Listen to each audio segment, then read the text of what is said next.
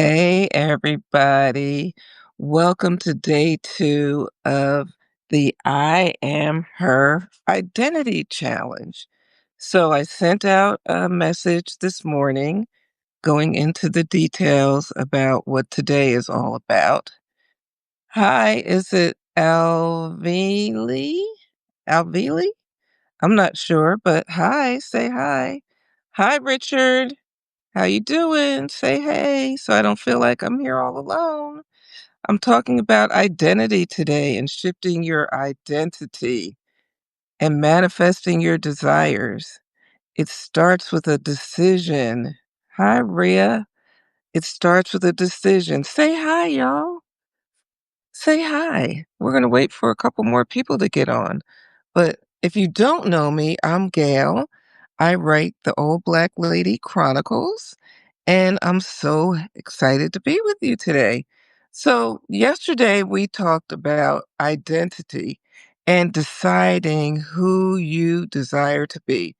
The thing about it is, you're already that person. But society has put the weight on us to perform and be something that we never really intended to be. Like, if you look at your life, how many of your lives are really what you thought it would be when you were younger? We were all given these roles and told that we should do certain things and we should be a certain person and make a certain amount of money and live our lives a certain way. And we did it. We just went ahead and followed instructions. And so now we find ourselves we find ourselves in a position where most of us are tired of that life. Like, some people have lives that they've created that they really desire, but most people have created lives that don't really right, survival, that don't really turn them on anymore. Like, I wanted to be a writer since I was a little kid and was told that I shouldn't be a writer, that writers don't make any money, you won't be able to take care of yourself. So I decided to be what other people told me I should be. But then I started like wising up and I was unhappy with the way things were going. And I was good, you can relate. I was tired of the way things were going and I just knew. So I'm 69 and I like shouted to the rooftops. I'm 69. I'll be 70 in May. And at this point in life, I'm like, if I don't do it now, when will I? So, for those of you that don't know me, in 2020, I used to work as an accountant for a law firm. You can go back and read some of my stories. I was an accountant for 16 years in a law firm in DC, right down. Oh, you're 75. Great. Um, Look, I hope to get to 75, but I was, an accountant with a law firm in DC, worked right by the White House, like 3 blocks from the White House, and I did that for 16 years. I commuted to that job for 16 years. 15 of the 16 years, I wanted to leave, but told myself, "It's a good job. I make good money. It's stable. I have lots of vacation, like I had worked up eventually to a month's vacation and 6 figures and all the things that keep us tethered to the job. But inside, I knew that wasn't me. I used to joke and say I count rich people's money. I was tired of counting other people's money. I wanted to make money myself. And I was making money, yeah, but I wasn't making money doing anything that I loved. I was making money out of survival. And so many people find themselves in that place. And that's why I'm talking about this topic, because we get to decide who we want to be. We don't have to wear the roles that were put on us when we were younger. So, people think, oh, well, I got a degree in this, or I went to college for that, or this career pays this amount of money. Hi, Richard. So I should do it this way. Or, I was married for a long time. I'm divorced. And I thought I should stay, even though I'm not happy. It's not working. We should on ourselves. But what happens when you stop telling yourself what you should do and you start asking yourself what you desire? Like, really in your soul. They used to call it a midlife crisis. So, it was a crisis because people were tired of the boring ass life they were living, and it was a crisis because you couldn't figure out how the hell to escape. That's why that's what I really think a midlife crisis is. People weren't telling you, "Go do what you love." They were saying, "Suck it up and just stay, but go buy a Corvette." You'll feel better if you go on a few trips, maybe buy a Corvette, cheat on your wife or your husband a little bit, and then life would be bearable. No. No, we get to choose. Hi, Netta. We get to choose what we want. What do you desire? So, yesterday I talked about choosing. So, for all of you here, choose what you really want. If you want to quit your job, but you don't see a way, just just say, I want to quit my job. Because when we claim it, the answers start coming. So today, once you claim it, so the next step is to start acting as if it's already true. Digital issue. Hi. Say hi. Talk to me, y'all. Are you relating? Um, so once you decide, it's like putting a stake in the ground.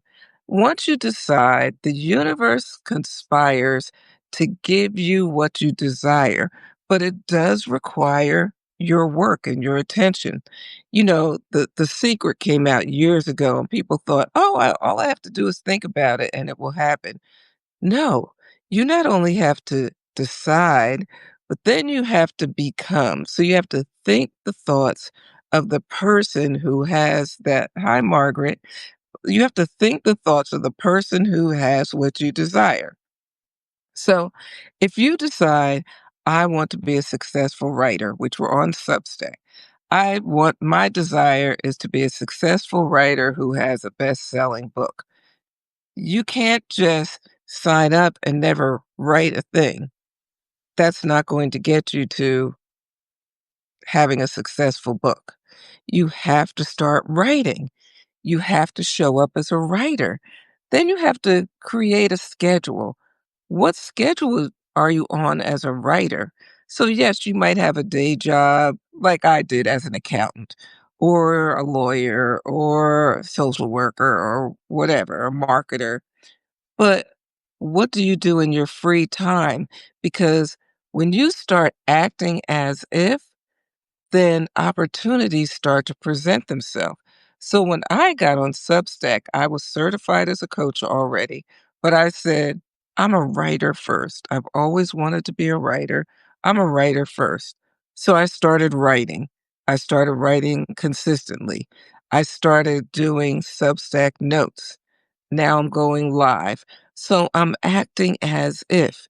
And if you go back and read some of my articles, I talk about how, like when I was in corporate, I wore mostly black, blue, gray, and white blouses, like very boring. When I quit corporate, I bought almost a whole new wardrobe. I had a photo shoot, and they were bright colors.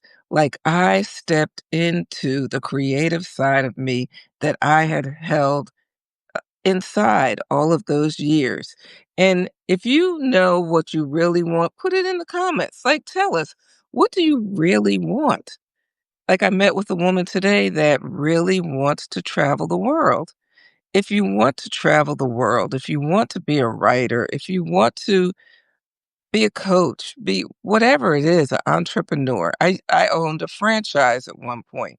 I was a personal trainer at one point. So I'm used to reinventing my life. I'm used to stepping into different identities, but it's very intentional. You have to be intentional and you have to be nice to yourself. Like you have to give yourself permission. So if you decided, okay, this is who I'm being moving forward. This is what I want. I'm stepping in these shoes, almost like you're acting in a way. You start out acting. Maybe like sometimes I think of it almost as your alter ego. Like, who is your alter ego? Who do you really want to be? So you're gonna think that this is funny, but I was in this business mastermind, and the woman talked about the spirit of our business, that we are our business and our business is us, and that our spirit the spirit of our business represents the energy. So I said the spirit of my business is a stripper. Now here I am just coming out of a accounting job and I'm saying the spirit of my business is a stripper. Why did I say that? Because I just felt like, well, stripper, if she has the nerve to get on the pole and be naked, then I can have the nerve to be online, talking to you, selling my services. It wasn't that I wanted to be naked online, of course, but I wanted the boldness of a woman that loves her body and some people do it for different reasons. So let's not even get into the minutia of all that. But the way I was defining it was like she was bold and had the nerve to step into who she is. S- Buck naked. The world sees you for you. So, what is your version of naked? Like, naked can mean so many things. Retirement is coming, is one command to keep you tied. I want to be a writer and finish a book about my mom's family in the 1930s. You can start that now, though. Hopefully, you're doing that now. Yes, yes. Step into it. We don't have to wait for retirement. I quit my job without enough money to retire.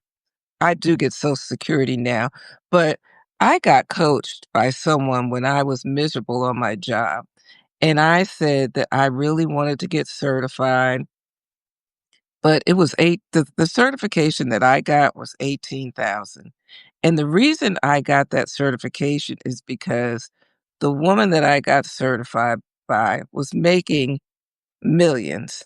And it was a very high level certification. Like she called it the equivalent of like the Harvard of certifications. And it really was an excellent program. So I was having a lot of mind drama because I was thinking if I don't save this money, I won't be able to retire because who spends 18K on themselves in their 60s? And I think I was 65,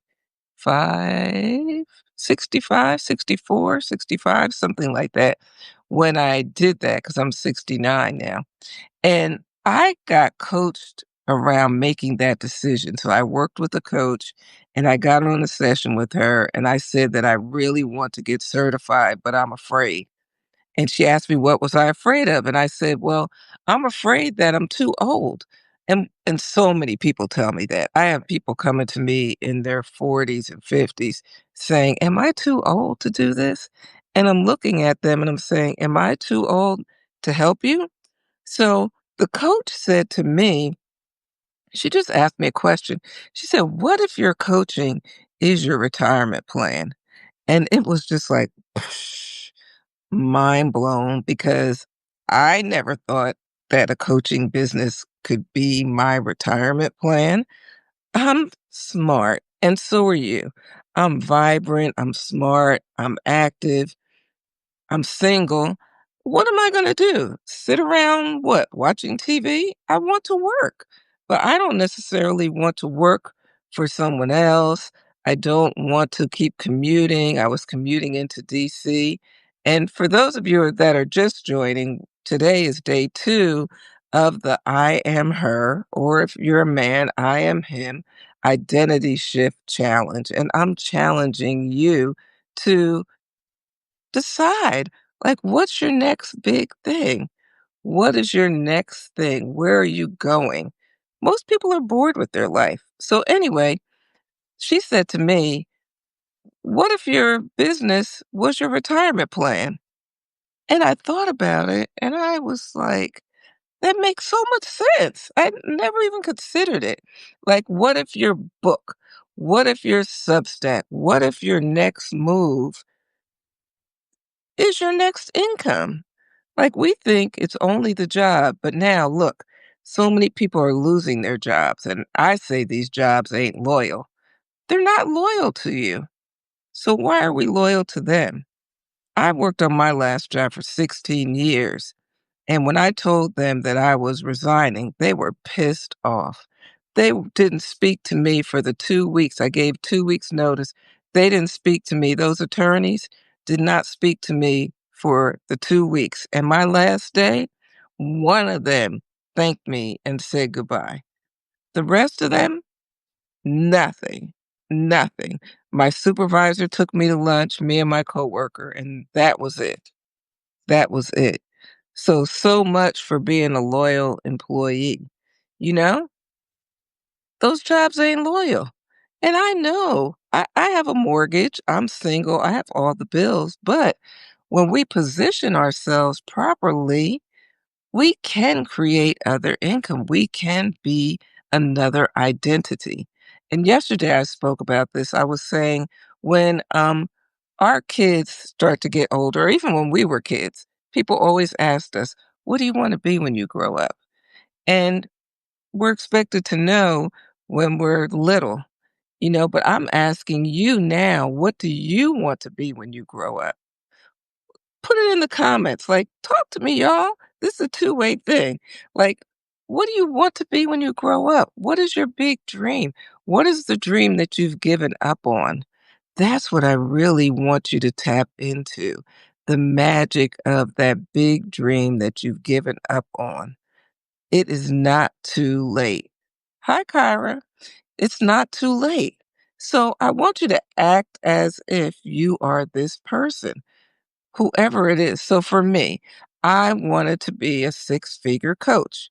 I wanted to make a lot of money. So I paid, and if you could look at my Substack, I paid $5,000 for a stylist and new clothes. I paid $2,500 for a photographer. I put my money where my mouth is. Right? I put my money where my mouth is because I wanted to feel like the new version of me. You have to, and it doesn't require spending a lot of money, but for me, I was ready to go all in.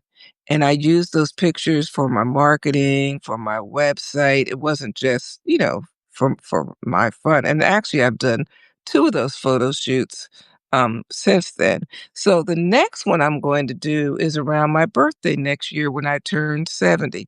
I've decided I'm going to do another photo shoot then. Poet and writer, yes. So go all in. There are poets and writers that make a lot of money, that make enough money to support themselves. We have just been sold the lie that we need a job. And now so many people are losing their jobs that I really believe we have to know how to make money without a job.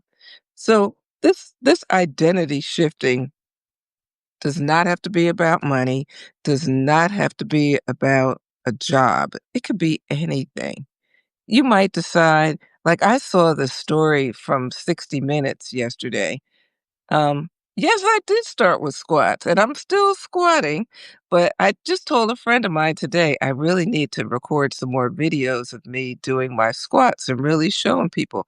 I was a personal trainer in my 40s. I lifted heavy weights. I injured my back. I was just crazy. I was doing women's boot camp. I was doing a whole bunch of crazy stuff.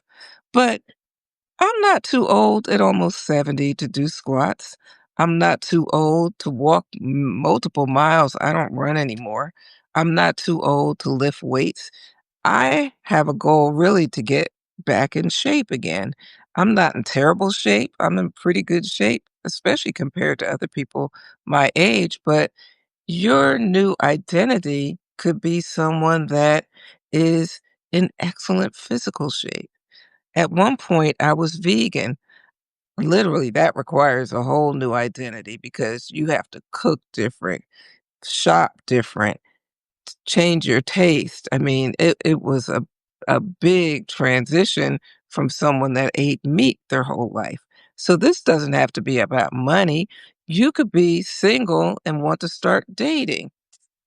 Hi, thank you, Rachel. Um, so you could be single and want to start dating again. I went through my dating phase where, and see, this is the other thing. A lot of people think you get to a certain age and nobody wants you, nobody wants to date you.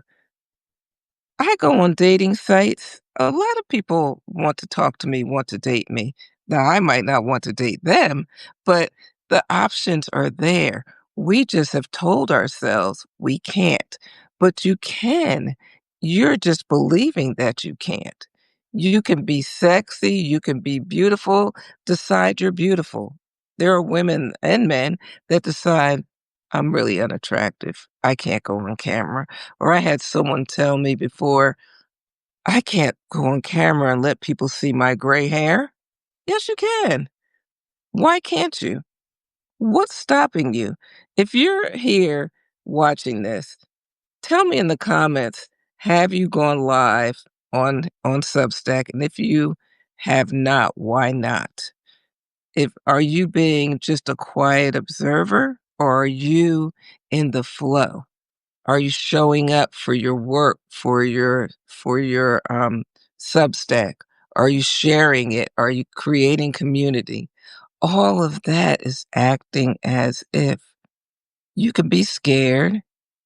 Gray hairs are the crown of your glory. I agree. I fought gray hair for a long time until gray hair won. It won. Like, I was not going to, color my hair anymore because I was tired of coloring it, and then 2 weeks later, they were popping out. So, it's just like, "You win, I give up." So then you have to manage your mind around the hair, you know? But it's a lot of things. People don't like, you posted a video, but you haven't gone live yet. Yeah, some people don't like the way their nose is, their lips are, their voice. Like, I have a raspy kind of voice. I didn't used to like my voice until, this is funny too. Um, I used to have a podcast a couple years ago, and I met this woman in person, and she said, "Oh my God, I listen to your podcast all the time, and my husband thinks your voice is so sexy." Like, I'm listening and I'm doing the dishes, and he's like, "Who is that?"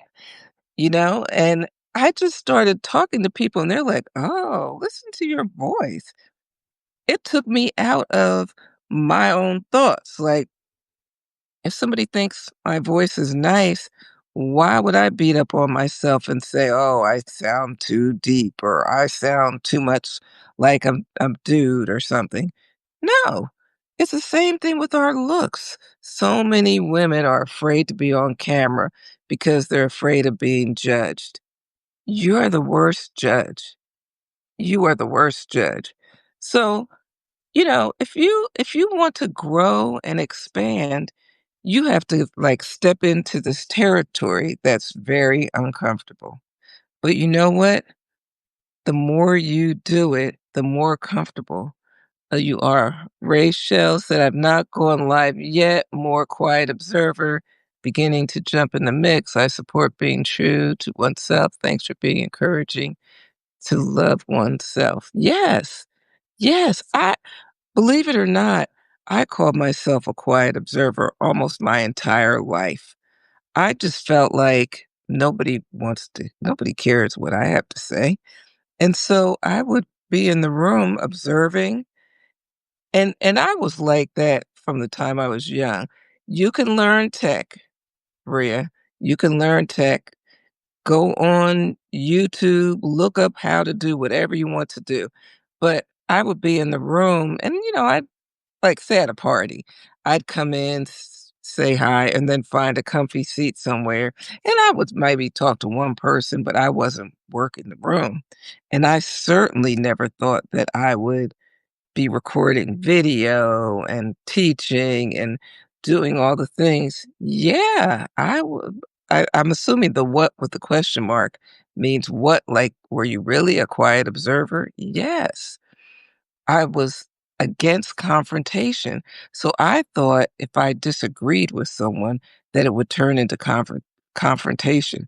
So I was afraid to like tell my perspective because what if they don't agree? So what? I had to learn to speak like this. I prepare nothing when I go live. I prepare nothing when I coach. I prepare nothing when I record a video because I tried making a lot of notes. Like I have this card because I want to make sure I gave you my day 1 and 2, right? But for the everything else is like coming out of me because this is how I live. I live this work. I've done this work over and over, so it's nothing for me to memorize. I know what I did to act as if I'm her before I ever become her.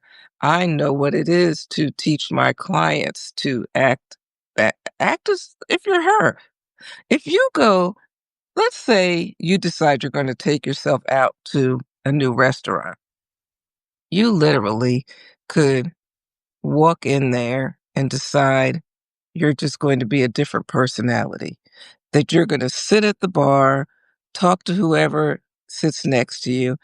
I've forced myself to do that. Like, I've taken myself on vacations by myself, go to a restaurant alone, and I'm someone that was married for 20 years.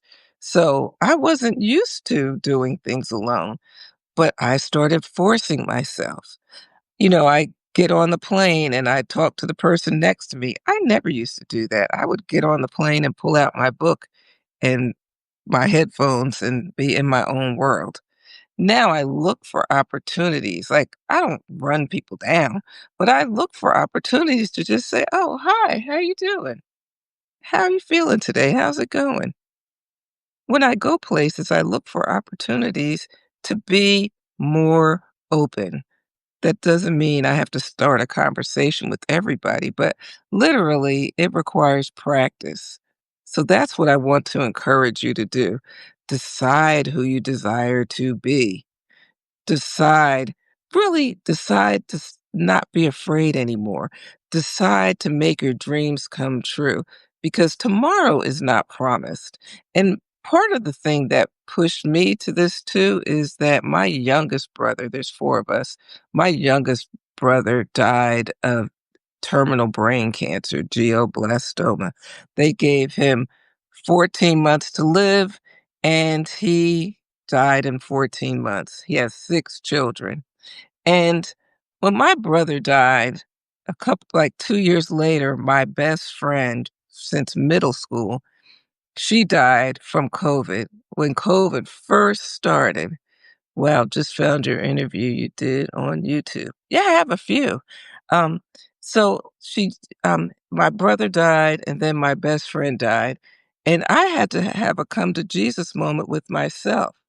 And thank you so much because, and both of them it broke my heart, like really broke my heart. And both of my parents had already been deceased. In fact, my brother died on the same day as my mother, not the same year, but the same date, which was really crazy. Um, but I had to have a come to Jesus moment with myself. And I'm like, Gail, you need to get over yourself because if you don't do it now, you don't know what's going to happen. Thank you so much. Because look, I had to go into therapy. In 2020, I went into therapy and got certified the same year because my heart was truly broken. My best friend, in fact, we grew up in New Jersey. It really is a journey because I got emotional about my mom one day. I was talking to someone and their mom is still living. And my mom, when your parents die, you kind of feel like an orphan. And I started crying, and my mom's been dead for about 15 years. So it is really a journey. Um, but I forgot what I was saying now. But oh, I know. And in 2020, I went through therapy. I got certified in 2019. This just shows y'all the journey I've been on. 2019, I lost hearing in my left ear. I had an allergic reaction to CBD. I was just taking it to help me sleep and had a severe allergic reaction and ended up in the hospital. I couldn't hear anything. I mean, it was scary. I have gotten some of my hearing back, about half of it back. In fact, I just recently had a hearing test and I'm like borderline needing a hearing aid. So my I lost my hearing that year, and my daughter had my grandson in 2019. In 2020, we had COVID. My best friend died. Um, here I'm sick in 2019. I was literally out of my job for 4 months, and that's really when I started thinking, "Okay, Gail, we have to figure something else out." Um, and so it's been a true journey. 2020 was COVID. I got certified. 2021, I quit my job. 2022, I tripled my six-figure salary.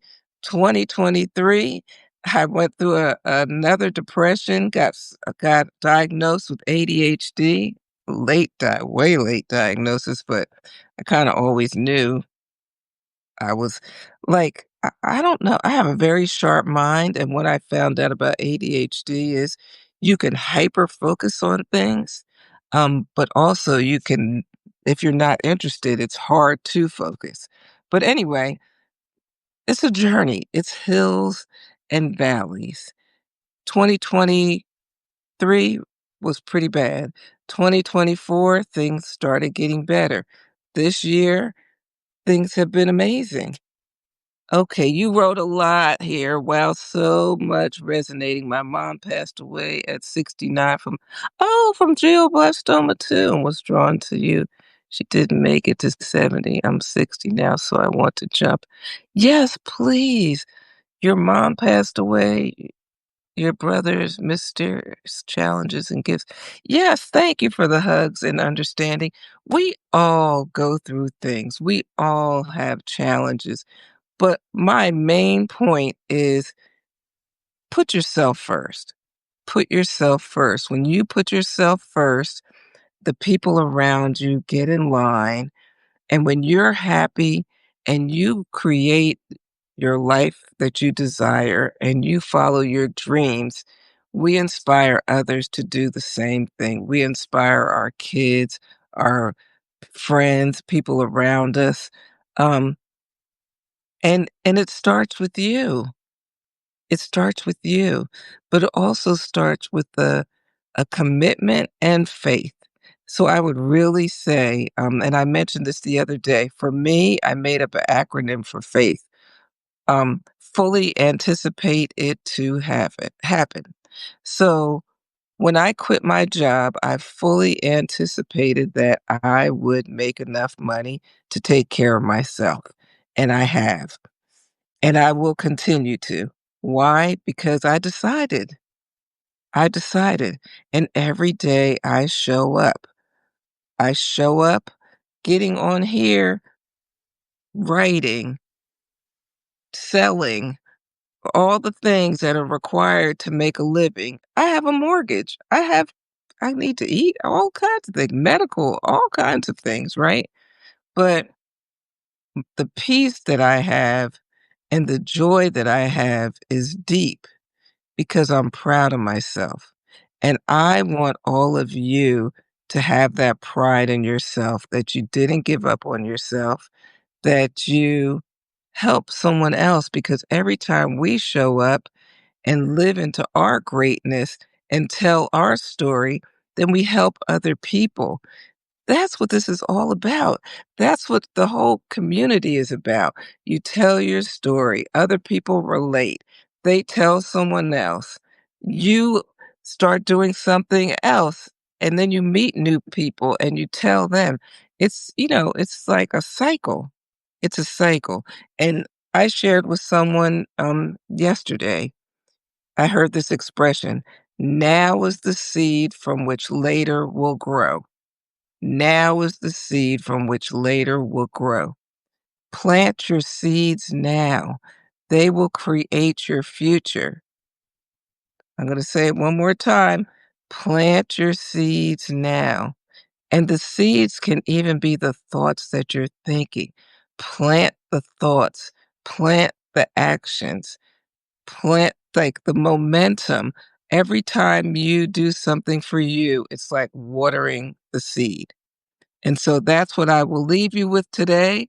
Read today's post. I would love to support you on your journey. If you go to today's post, I have a link where you can just set up one session with me and I can help you get unstuck. That's why I do what I do. I love people. I love this work. This is what I came to Earth for. I've come to this conclusion. I've come to Earth. I went through hell and back again and suffered so I could heal and help other people. That is why I am here. By the way, thank you for the compliments. I'm so glad you're encouraged. If you just joined, watch the replay. I'll be back tomorrow and love you all. Bye.